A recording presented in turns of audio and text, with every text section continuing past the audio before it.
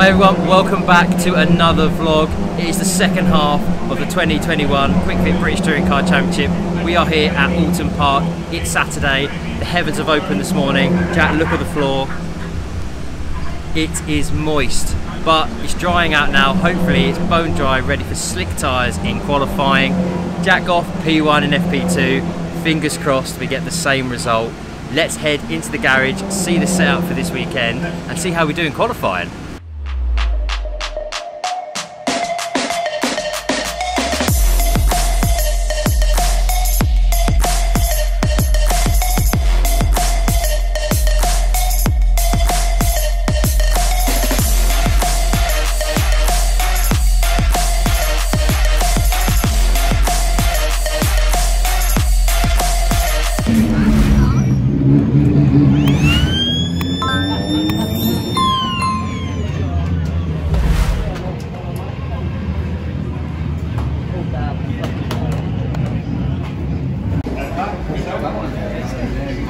Six times faster than I went in the Civic now, dude. Really? Yeah. Bloody hell.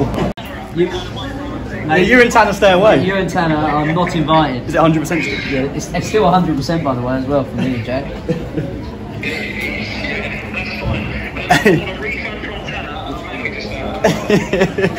Springs are great though, mate, so don't worry about that.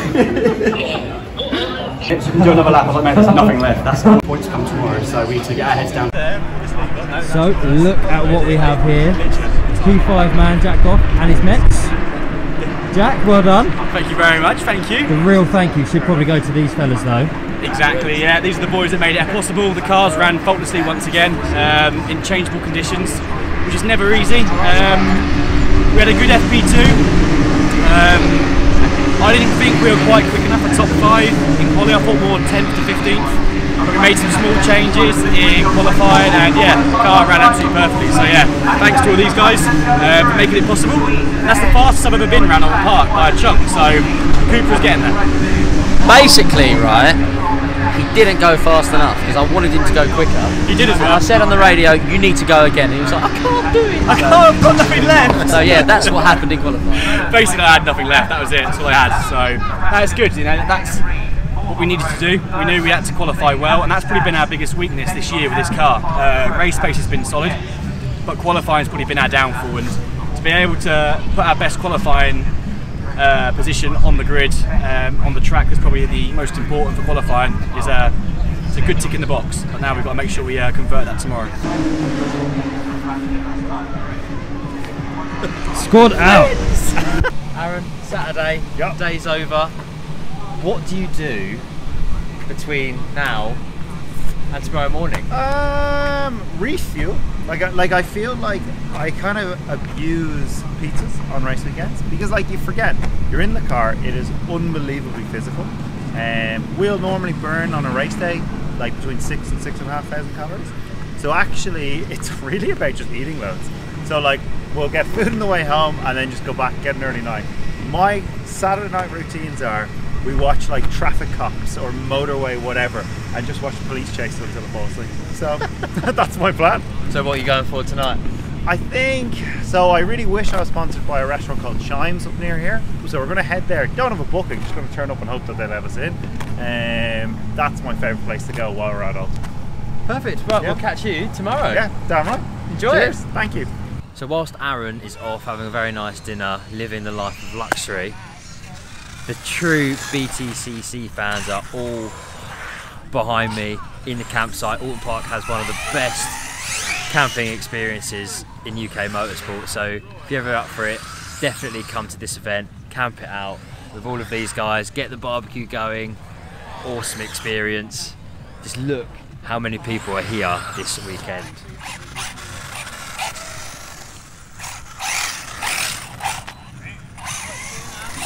We're off to walk and run the track just like everyone else is at the moment, and then get some rest, ready for a good race day tomorrow. Come on the boys, hopefully we could get our first win of the season. Let's see how we do.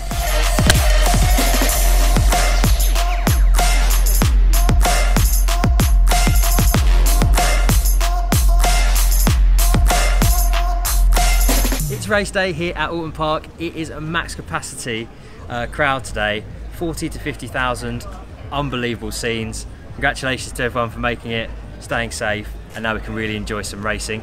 Our 4 drivers are going to head to the Q&A in a minute, which you're going to see, and then it's all about going racing. Jack starts from P5, the others have got a little bit of work to do, but the pace looks good in the car, so let's see how we get on.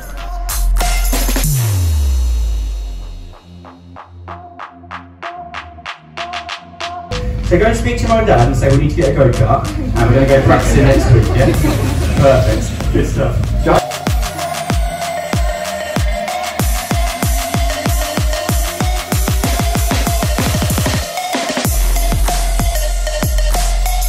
So, race 1 is about to get underway. We have got our first grid walk in nearly 1.5 seasons.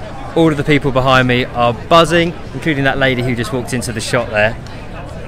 They get to go on the grid, experience all of the thrills and spills of the pre-race. Unfortunately, we won't be able to show you due to filming regulations, but we'll take a load of statics and show you just what it's like on the grid. Let's go.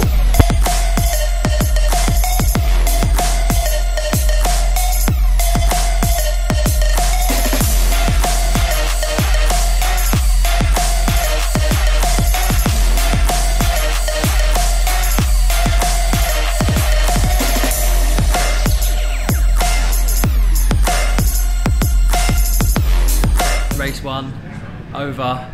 Disappointing overall for Jack. Moved back 5 places down to P10, but still one of only 2 drivers to score points in every single race.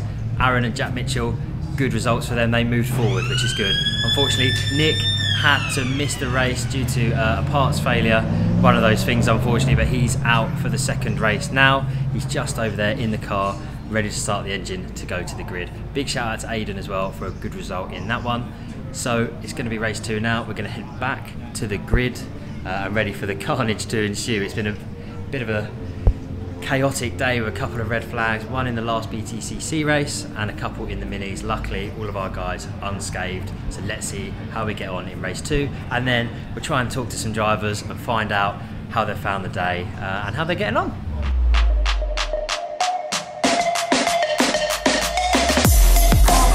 Oh, Jesus. We're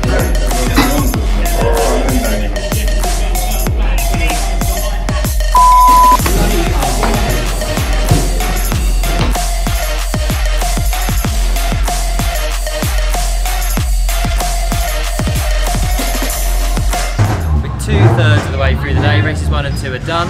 We've got new man Jack Mitchell in the car today. He's doing the rest of the season. So he's the 2018 British GT4 champion, if I am correct. Yeah. So good racing pedigree. He's replaced Glyn Geddy, who obviously left the team, which we discussed in the last few videos. How have you found it, Jack? Obviously not driven a touring car in a while, if ever. So the last time I drove a touring car was 2016 on a test, which since then I've kind of forgot everything about it. Coming into this weekend, I was expecting it to go a little bit better than it has.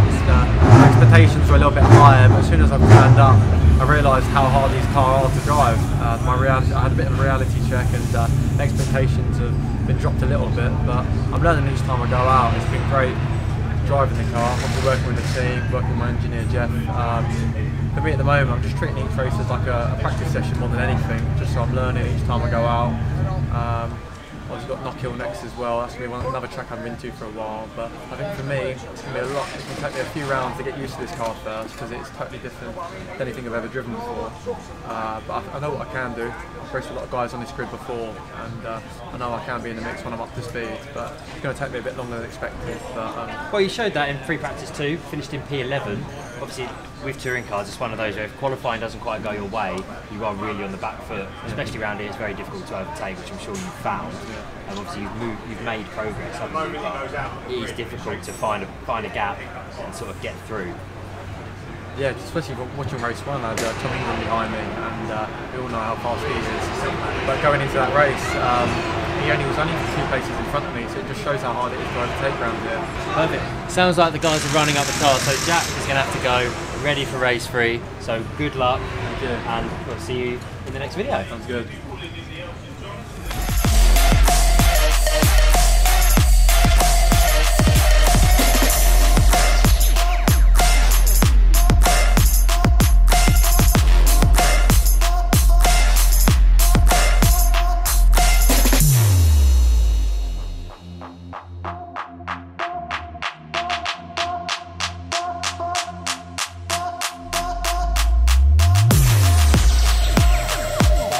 So that's it, round 4 of the championship is done.